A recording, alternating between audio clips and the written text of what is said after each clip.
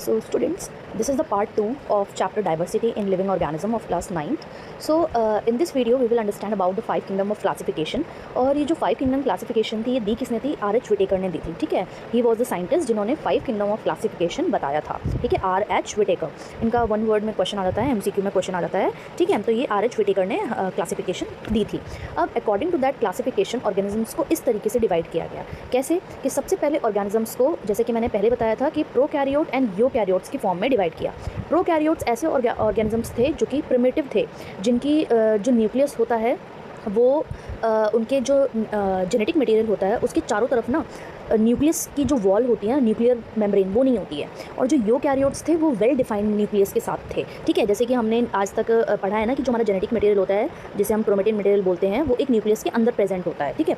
अब यूकैरियोट्स में क्या था कि जो क्रोमेटिन मटेरियल था, जेनेटिक मटेरियल था, वो न्यूक्लियर मेम्ब्रेन के अंदर था, उनकी एक वेल डिफाइंड न्यूक्लियर मेम्ब्रेन थी. बट प्रोकैरियोट्स में ऐसा नहीं था. उनका जो ऑर्गेनिजम्स था, ऑर्गेनिज्म के अंदर उनके पास ये जो न्यूक्लियर मेम्ब्रेन है ना, ये जो न्यूक्लियर मेम्ब्रेन ये थी ही नहीं, ठीक है. तो इनका जेनेटिक मटेरियल इनकी बॉडी के अंदर कैसा था?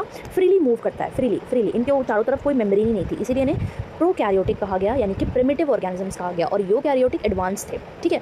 फिर यूकैरियोट्स को, अच्छा एक एग्जांपल और देख लीजिए कि जो प्रोकैरियोट्स थे उनका जो एग्जांपल है वो क्या है? मोनेरा. और मोनेरा एक किंगडम है, ठीक है. तो मोनेरा किंगडम्स क्या थे? प्रोकैरियोट्स थे, वो सारे प्रोकैरियोट्स थे. तो मोनेरा मोस्टली ऐसे, देखो बैक्टीरियाज आते हैं, जैसे कि मैंने पहले भी बताया था कि जो मोनेरन्स होते हैं वो बैक्टीरियल फॉर्म में होते हैं, जैसे कि आप यहाँ पर देख पा रहे हो. बैक्टीरिया की शेप इस तरीके से होती है, ठीक है. अलग अलग तरीके के बैक्टीरियाज होते हैं, कुछ सर्कुलर शेप में होते हैं, कुछ रेक्टेंगुलर शेप में, कुछ बेसिलस शेप में होते हैं, कुछ स्पाइरल शेप में होते हैं. तो ये डिफरेंट वैरायटी ऑफ मोनेरन्स थी, ठीक है. नेक्स्ट आता है हमारा यूकैरियोट. यूकैरियोट को फर्दर 2 पार्ट्स में डिवाइड किया गया, ठीक है. उनको क्लासिफाई किया गया. कुछ ऐसे यूकैरियोट्स थे जो कि यूनिसेलुलर थे, कुछ ऐसे थे जो मल्टीसेलुलर थे. यूनिसेलुलर का मतलब क्या होता है? जिनके अंदर सिंगल सेल था, यानी सिंगल सेल सारे काम कर रहा था. फॉर एग्जांपल जैसे कि अमीबा क्या है? सिंगल सेल है और वो सारे काम कर रहा था, ठीक है. इसलिए उसे यूनिसेलुलर ऑर्गेनिज्म कहा गया, जबकि वो यूकैरियोट था. कुछ ऐसे मल्टीसेलुलर, जैसे कि ह्यूमन बींग्स, एनिमल्स, प्लांट्स, ये सारे मल्टीसेलुलर ऑर्गेनिजम्स हैं. उनके अंदर मल्टीपल टाइप्स ऑफ सेल्स हैं, इसीलिए उन्हें मल्टीसेलुलर कहा गया, ठीक है. अब उनको किस तरीके से किन कैरेक्टरिस्टिक्स के बेसिस पर, मैंने तो यहाँ पर आपको मीनिंग्स बताए हैं कि इनके मीनिंग क्या है. अब जैसे जैसे हम धीरे धीरे पढ़ेंगे, ये तो सिर्फ एक मतलब क्लासीफाई करने का, आपको याद करने का तरीका बताया गया है, और इस तरीके से आप याद करोगे तो आपको बहुत ही ईजी पड़ेगा, ठीक है. तो सबसे पहले हमने ऑर्गेनिजम्स को प्रोकैरियोट और यूकैरियोट में डिवाइड किया. प्रोकैरियोट्स का एग्जांपल था मोनेरा. यूकैरियोट को यूनिसेलुलर, मल्टीसेलुलर में फिर से क्लासीफाई किया गया. यूनिसेलुलर का एग्जांपल था प्रोटिस्टा, ठीक है. प्रोटिस्टा जो किंगडम है उसके अंदर जितने भी ऑर्गेनिजम्स होते हैं वो सारे यूनिसेलुलर होते हैं, ठीक है. उनकी सेल वॉल होती है, ठीक है. और मल्टीसेलुलर होते हैं जिनके अंदर सेल वॉल नहीं होती है, ठीक है. तो ऐसे यूनिसेलुलर ऑर्गेनिजम्स या ऐसे यूकैरियोटिक्स ऑर्गेनिजम्स जिनकी सेल वॉल होती है, ठीक है, उनको फर्दर 2 पार्ट में डिवाइड किया गया, जैसे कि फंगी और प्लांटी. तो प्लांट्स के अंदर भी सेल वॉल होती है और जो फंगी है उनके अंदर भी सेल वॉल होती है, ठीक है. लेकिन ऐसे यूकैरियोट्स थे जो कि मल्टी सेलुलर थे और उनकी सेल वॉल नहीं थी, जैसे कि एनिमल्स, जैसे कि हम लोग, जैसे ह्यूमन बींग्स, एनिमल्स, इनके सेल्स के अंदर सेल वॉल प्रेजेंट नहीं होती है, ठीक है. क्यों नहीं होती है? बिकॉज सेल वॉल होती है ना, वो हार्ड होती है, वो बहुत ज़्यादा वो प्लांट्स के अंदर ही प्रेजेंट होती है. क्यों? क्योंकि उनको सपोर्ट चाहिए होता है उससे, ठीक है. और लेकिन ह्यूमन बींग्स के अंदर तो सपोर्ट के लिए क्या है? हमारे अंदर बॉडी में हमारी स्केलेटल सिस्टम है, ठीक है, वो हमारी बॉडी को सपोर्ट करता है. बट प्लांट्स के अंदर उनको सपोर्ट करने के लिए ऐसा कुछ नहीं है, तो उनके अंदर ये सेल वॉल प्रेजेंट होती है, ठीक है. तो याद हो गया आपको, यूकैरियोट्स जो कि यूनिसेलुलर थे उन्हें प्रोटिस्टा कहा गया, जो मल्टीसेलुलर थे और उनकी सेल वॉल नहीं थी उन्हें एनिमेलिया कहा गया, ठीक है. अब यूनिसेलुलर जिनके अंदर सेल वॉल थी उन्हें फंगी और प्लांटी का नाम दिया गया, ठीक है. तो ये क्लियर हो गया.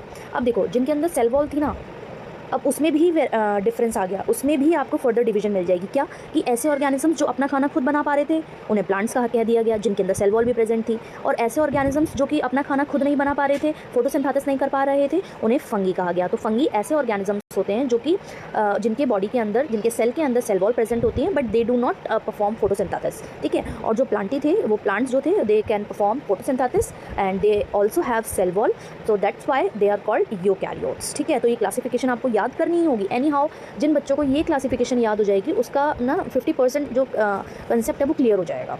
ठीक है, तो आपको ये क्लासिफिकेशन याद करनी होगी। अगर आप 2 से 3 बार ये इस डायग्राम को आप अपनी रफ कॉपी में बना लोगे तो आपको ईज़िली याद हो जाएगा। ठीक है, हम यहाँ पर ऑथेंटिक स्टडी पे काम करेंगे। हम कोई शॉर्ट ट्रिक्स, हाँ, जहाँ पर ज़रूरत पड़ेगी कि हम शॉर्ट ट्रिक्स में याद कर सकते हैं, हम उनका भी मैं आपको बताऊँगी। लेकिन जहाँ पर हमें ऑथेंटिक नॉलेज की ज़रूरत है, हमें एक बेसिक नॉलेज की ज़रूरत है, हम वहीं पर वही काम करेंगे। ठीक है, मैं कोई ऐसा चीज़ नहीं बताऊँगी जिससे कि आपको स्टडी बहुत ज़्यादा आप ईज़ी कर लो। उसका शॉर्ट ट्रिक बेटा, जो बेसिक नॉलेज होती है ना, वो हमेशा एडवांस ही होती है, उसको थोड़ा सा पढ़ना ही पड़ता है अगर आपको चाहिए। ठीक है, हम बहुत ज़्यादा शॉर्ट्स में नहीं जाएंगे।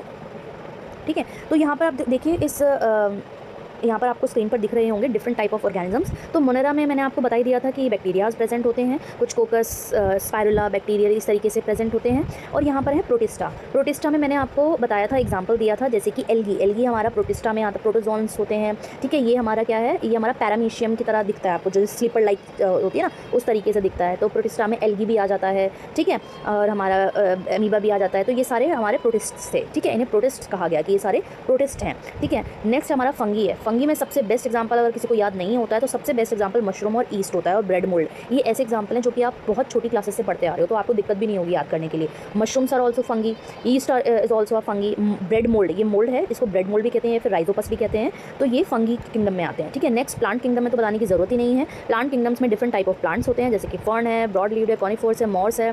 ठीक है, और भी आपको अभी सिर्फ आपको बताया गया है डायग्राम्स में। अभी इन सभी ग्रुप्स में फर्दर सब डिविजन्स हैं। ठीक है, वो भी आपको पढ़ना है। ये चैप्टर अपने आप में बहुत वास्ट चैप्टर है। अगर इस चैप्टर को आप पढ़ोगे तो इस पर पूरी बुक भी बन सकती है, अलग अलग, इनके हर एक किंगडम पर अलग अलग बुक है। ठीक है, तो हम तो यहाँ पर बहुत शॉर्ट में पढ़ रहे हैं, तो समझ लीजिए स्टूडेंट्स आप बहुत शॉर्ट में पढ़ रहे हो। अदरवाइज़ हर एक किंगडम पर, हर एक स्पीशीज़ पर अलग अलग सेपरेट बुक है। तो उससे तो वो जैसे जैसे आप बड़े होंगे, हाई क्लासेस में जाएंगे, हाई स्टडीज़ करेंगे, वो आप जानते जाओगे। ठीक है, एनिमल्स की मुझे आपको बताने की ज़रूरत नहीं है। तो ये सारे एनिमल किंगडम में आते हैं, जैसे कि इंसेक्ट है, हॉर्स है, अर्थवर्म, स्पंज है, रेप्टाइल्स हैं। ठीक है, ये सारे एम्फीबियंस, ये सारे एनिमल्स में आते हैं, जैसे कि आपने नाम सुने होंगे और आगे भी आप यहाँ पर सुनोगे। ठीक है, अब हम धीरे धीरे करके क्या करते हैं, अब हम किंगडम्स को पढ़ेंगे। ठीक है, जो हमारे किंगडम थे उनके बारे में हम पढ़ेंगे।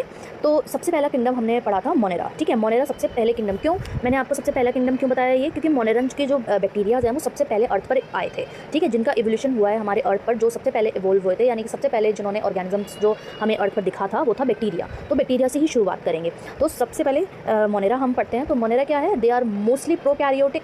आपको ये याद करना है, अगर कोई भी बच्चा नोट्स बना रहा है तो सबसे पहले आपको ये याद करना है, मोनेरा क्या होते हैं, प्रोकैरियोटिक होते हैं, यूनिसेलुलर होते हैं, do not have definite nucleus. वही जो मैं आपको पहले बता रही थी कि जो इनके अंदर जो जेनेटिक मटेरियल होता है ना, यहाँ पर आप जो देख रहे हो जेनेटिक मटेरियल, इसके चारों तरफ ना वॉल नहीं होती है।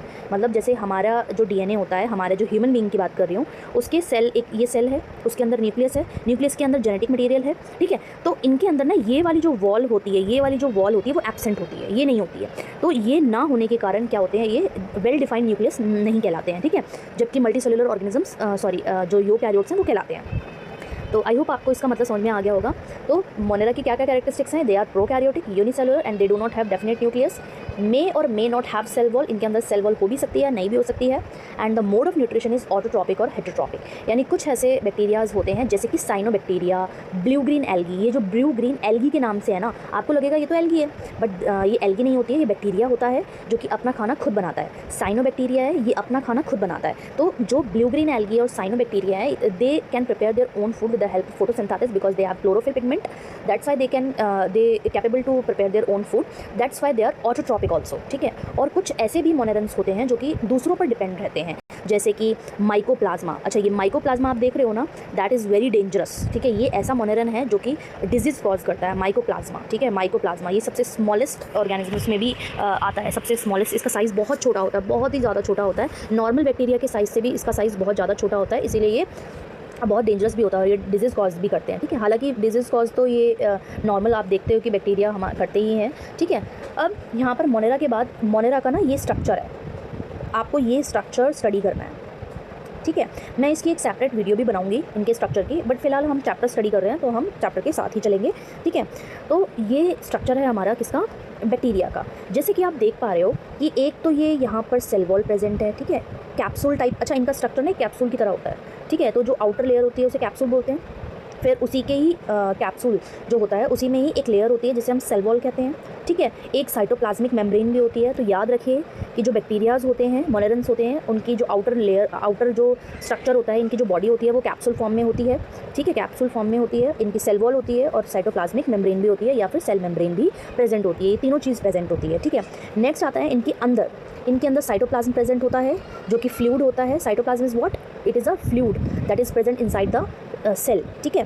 फिर इनके अंदर न्यूक्लियोइड होता है। अब यहाँ पर देखो न्यूक्लियोइड लिखा है, यहाँ पर प्रॉपर न्यूक्लियस नहीं लिखा है। जिनके अंदर प्रॉपर न्यूक्लियस लिखा होगा उसका प्रॉपर न्यूक्लियस होगा, उसके अंदर न्यूक्लियर मेम्ब्रेन होगी और उसका न्यूक्लियस अंदर जेनेटिक मटेरियल होगा, उसमें न्यूक्लियोप्लाज्म होगा, उसमें ये न्यूक्लियोप्लाज्म प्रेजेंट होगा, न्यूक्लियोलस प्रेजेंट होगा, ठीक है। लेकिन यहाँ पर न्यूक्लियोइड है। न्यूक्लियोइड का मतलब होता है जिसकी आउटर मेम्ब्रेन है ही नहीं, ठीक है, जिसकी आउटर मेम्ब्रेन है ही नहीं। तो ये न्यूक्लियोइड प्रेजेंट है जिसमें कि ये जो आप देख पा रहे हो ब्लू कलर का, ये जेनेटिक मटेरियल है बैक्टीरिया का, ठीक है। फिर यहाँ पर राइबोसोम्स भी प्रेजेंट होते हैं। अब इसके बाद आपको यहाँ पर थ्रेड लाइक स्ट्रक्चर दिख रहे होंगे। थ्रेड लाइक स्ट्रक्चर, ये जो थ्रेड लाइक स्ट्रक्चर है ये आपको दिख रहे होंगे।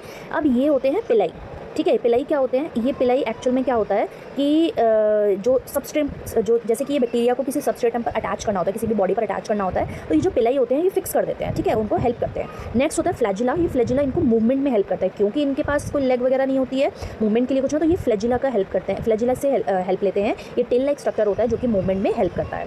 आई होप आपको ये बैक्टीरियल स्ट्रक्चर पूरा समझ में आ गया होगा। इसे बनाना बहुत ही आसान है। जब मैं इसकी सेपरेट वीडियो बनाऊंगी तब दूंगी तो आपको लगेगा ये तो बहुत ही आसान है, ठीक है। इसकी लेबलिंग भी बहुत आसान है, डिफरेंस में आ जाती है और आपको जानना चाहिए। As a 9th class students आपको ये पता होना चाहिए, ठीक है। भले चाहे आपको याद ना हो लेकिन आपको ये पता होना चाहिए कि ये स्ट्रक्चर आपका बैक्टीरिया का है, ठीक है।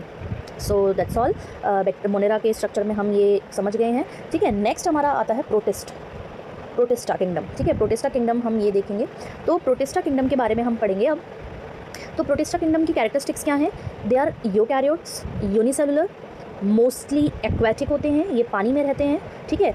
एंड सम हैव सीलिया और flagella which help them in moving and the mode of nutrition में भी ऑटोट्रॉपिक और हेटरोट्रॉपिक। ये कुछ कैरेक्टरिस्टिक्स हैं जो कि आपको ये लर्न करनी है हर किंगडम में, ठीक है। प्रोटिस्टा क्या होते हैं? यूकैरियोट्स होते हैं, यूनिसेलुलर होते हैं, एक्वेटिक होते हैं और इनके अंदर सीलिया या फिर फ्लैजिला प्रेजेंट होता है जो कि इन्हें पानी के अंदर मूवमेंट में हेल्प करता है। और इनका मोड ऑफ न्यूट्रिशन क्या होता है? Some are autotrophic and some are heterotrophic, ठीक है। अब इसमें एग्जाम्पल है जैसे कि एल्गी, डायटम्स एंड प्रोटोजोअन्स, ठीक है। एल्गी आप यहाँ देख पा रहे हो, एल्गी जो होती है वो ग्रीन कलर की, रेड कलर की, ब्राउन कलर की, डिफरेंट टाइप्स ऑफ एल्गीज होती हैं, ठीक है। ये ग्रीन कलर की आपको यहाँ पर डायग्राम दिखाया है। तो ग्रीन कलर की यानी कि इनके अंदर क्लोरोफिल पिगमेंट होती है, that's why they capable to prepare their own food, so they are autotrophic in nature. और ये डायटम्स होते हैं, इनका स्ट्रक्चर इस तरीके से होता है। और देखो ये रहा अमीबा, स्ट्रक्चर है अमीबा का। अमीबा इसमें आता है प्रोटिस्टा में। तो अमीबा आप जानते हो कि अमीबा एक यूनिसेलुलर ऑर्गेनिज्म है और इसकी बॉडी जो है वो उसकी कोई डेफिनेट शेप नहीं होती है, ऐसे ही शेप की होती है, ठीक है। किसी भी तरीके से शेप में ये चेंज हो जाता है, चाहे वो ऐसे हो चाहे वो किसी भी तरीके की शेप में आ जाता है। अच्छा, इनके बॉडी के अंदर क्या होता है? सूडोपोडिया प्रेजेंट होते हैं। सूडोपोडिया एक्चुअली फॉल्स फीट होते हैं। जब भी इनके आसपास कोई खाना आता है तो ये अपने सूडोपोडिया को निकालते हैं और उस ऑर्गेनिज्म को इंगल्फ करने में ये जो सूडोपोडिया होते हैं वो हेल्प करते हैं, ठीक है। इनके अंदर न्यूक्लियस प्रेजेंट होता है, फूड वैक्यूल प्रेजेंट होता है। Food vacuole plays important role in the amoeba, जो कि फूड को डाइजेस्ट करने में, इंजेस्ट करने में बहुत ज़्यादा हेल्प करता है, ठीक है। जो डाइजेशन, जो ब्रेकडाउन ऑफ फूड होता है फूड वैक्यूल में ही होता है, ठीक है। कॉन्ट्रैक्टाइल वैक्यूल भी होता है, इनकी लेयर्स में एक्टोडर्म, एंडोडर्म होती है, ये सब होता है। अच्छा, इनकी स्ट्रक्चर्स को बहुत ज़्यादा डिटेल में जानने की इतनी ज़रूरत नहीं है, बट आपको पता होना चाहिए कि what is amoeba. Amoeba comes under protista kingdom और ये यूनिसेलुलर होता है और ये एक्वाटिक भी होता है, यूकैरियोट्स होता है। तो जितनी भी कैरेक्टरिस्टिक्स हैं आपको ये लर्न करनी ही करनी है। जैसे एग्जाम में क्वेश्चन आ गया कि अमीबा है, अमीबा किस किंगडम में आता है, उसकी कैरेक्टरिस्टिक लिख के दिखाओ, तो आपको यही तो कैरेक्टरिस्टिक लिखनी है, सिंपल, ठीक है। फिर नेक्स्ट है हमारा पैरामीशियम। पैरामीशियम अभी मैंने पहले ही बताया था कि पैरामीशियम एक स्लीपर लाइक स्ट्रक्चर होता है, एक स्लीपर लाइक ऑर्गेनिज्म होता है। जैसे चप्पल की शेप होती है ना, वैसे ही इस ऑर्गेनिज्म की शेप होती है। इसके अंदर भी सीलियाज प्रेजेंट होते हैं, ठीक है। इनके अंदर भी न्यूक्लियस, फूड वैक्यूल प्रेजेंट होता है और ये भी फूड को इंगल्फ करते हैं, ठीक है। नेक्स्ट आता है हमारा Euglena. Euglena is also a protista, ये आप यहाँ पर डायग्राम देख पा रहे हैं। तो यूग्लिना के अंदर भी न्यूक्लियस, न्यूक्लियोलस इस तरीके से होता है। ये भी फ्लैजिला प्रेजेंट होता है, यहाँ पर ये फ्लैजिला की हेल्प से मूव करता है, यहाँ पर ये सीलियाज की हेल्प से मूव करता है। और जो अमीबा है वो कॉन्ट्रैक्टाइल वैक्यूल भी इनके अंदर होते हैं और सूडोपोडिया भी प्रेजेंट होते हैं, जिसकी वजह से ये मूव ईजिली कर लेते हैं, ठीक है। तो आई होप आपको प्रोटिस्टा किंगडम की कैरेक्टरिस्टिक भी पता चल गई होगी, उनको इनके स्ट्रक्चर्स भी आपको पता चले होंगे। नेक्स्ट आता है हमारा फंगी किंगडम। तो फंगी जो किंगडम है ये एक ऐसा किंगडम है जो कि यूकैरियोटिक होता है, इसकी कैरेक्टरिस्टिक्स हैं यूकैरियोटिक, और ये यूनिसेलुलर का होता है और या मल्टीसेलुलर भी हो सकते हैं, ठीक है। फंगी यूनिसेलुलर और मल्टीसेलुलर दोनों तरीके से हो सकते हैं, और लेकिन ये यूकैरियोटिक होते हैं। ये आपको कुछ पॉइंट्स हैं जो कि आपको लर्न करने ही करने हैं, ठीक है। तो फंगी आपको समझ में आ गया। नेक्स्ट है इसका जो कैरेक्टरिस्टिक है, दे do not have chlorophyll and can not prepare their own food. ये इनके अंदर भी कोई भी क्लोरोफिल प्रेजेंट नहीं होती है, that's why they can not prepare their own food. और ये हेटरोट्रॉप्स होते हैं, यानी कि दूसरों पर डिपेंड होते हैं अपने खाने के लिए। फंगी जो होते हैं वो हमेशा दूसरों से खाना लेते हैं, ठीक है, that's why they are heterotrophs. और they use decaying organic matter as food, so they are called saprophytes. अब ये ये जो ऑर्गेनिजम्स होते हैं ये dead and decay organic matter पे ही को ही अपना फूड मानते हैं। जैसे कि कुछ चीज़ जैसे डेड लीव्स होती हैं, डेड फ्रूट वेजिटेबल्स वगैरह होती हैं, तो ये जो डेड डिके मैटर होते हैं उन्हीं पर ही उगते हैं, ठीक है। ये इसीलिए इन्हें सैप्रोफाइट्स भी कहा था। तो सैप्रोफाइट्स ऐसे ऑर्गेनिजम्स होते हैं जो कि डिके ऑर्गेनिजम्स पर ही ग्रो करते हैं, ठीक है। और कुछ ऐसे फंगी भी होते हैं जो कि एसोसिएशन में रहते हैं, यानी सिम्बायोटिक एसोसिएशन में रहते हैं एल्गी के साथ, यानी एल्गी और फंगी दोनों मिलकर के लाइकन्स बनाते हैं। लाइकन एक सिम्बायोटिक एसोसिएशन होता है जिसमें गिव एंड टेक होता है, यानी एल्गी उन्हें क्या प्रोवाइड करती है, एल्गी उसे फूड प्रोवाइड करती है किसको, फंगी को, और फंगी उसे शेल्टर और मिनरल्स प्रोवाइड करता है किसको, एल्गी को, ठीक है। तो ये दोनों गिव एंड टेक होते हैं, यानी एक दूसरे की हेल्प करते हैं। तो उस रिलेशन को हम सिम्बायोटिक एसोसिएशन कहते हैं, ठीक है। अब फंगी के एग्जांपल्स क्या है, यीस्ट है, एस्परजिलस है, पेनिसिलियम है, एगारिकस है, लाइकन्स है, ये सारे फंगी होते हैं। ये फंगी के एग्जांपल्स हैं। आप इनके स्ट्रक्चर देख पा रहे हो, ईस्ट इस तरीके का होता है, ठीक है। ये इसके एग्जांपल्स हैं। एगारिकस हमारे मशरूम्स होते हैं, ठीक है, याद रखिएगा मशरूम्स होते हैं। ये आपकी 9th क्लास के बुक में भी, प्रैक्टिकल बुक में भी आपको डायग्राम मिलेगा, दे आर मशरूम्स, ठीक है। और लाइकन्स इस तरीके के होते हैं, ये पेड़ की जो बार्क होती है ना, छाल होती है, वहाँ पर ये आप देखने को मिलते हैं। एस्पैरागस इस तरीके का होता है, पेनिसिलियम इस तरीके का होता है, ठीक है। इनके स्ट्रक्चर्स को आपको बस देखना है कि इनके स्ट्रक्चर्स की नेमिंग आ जाती है समटाइम्स, ठीक है। अब नेक्स्ट हमारा किंगडम होता है प्लांटी, ठीक है, यानी कि प्लांट्स। अब हमारे नेक्स्ट जो किंगडम है उसकी जो कैरेक्टरिस्टिक्स हैं क्या है, मल्टी सेलुलर होते हैं, ये यूकैरियोट्स होते हैं, इनके सेल के अंदर, सेल के ऊपर सेल वॉल प्रेजेंट होती है।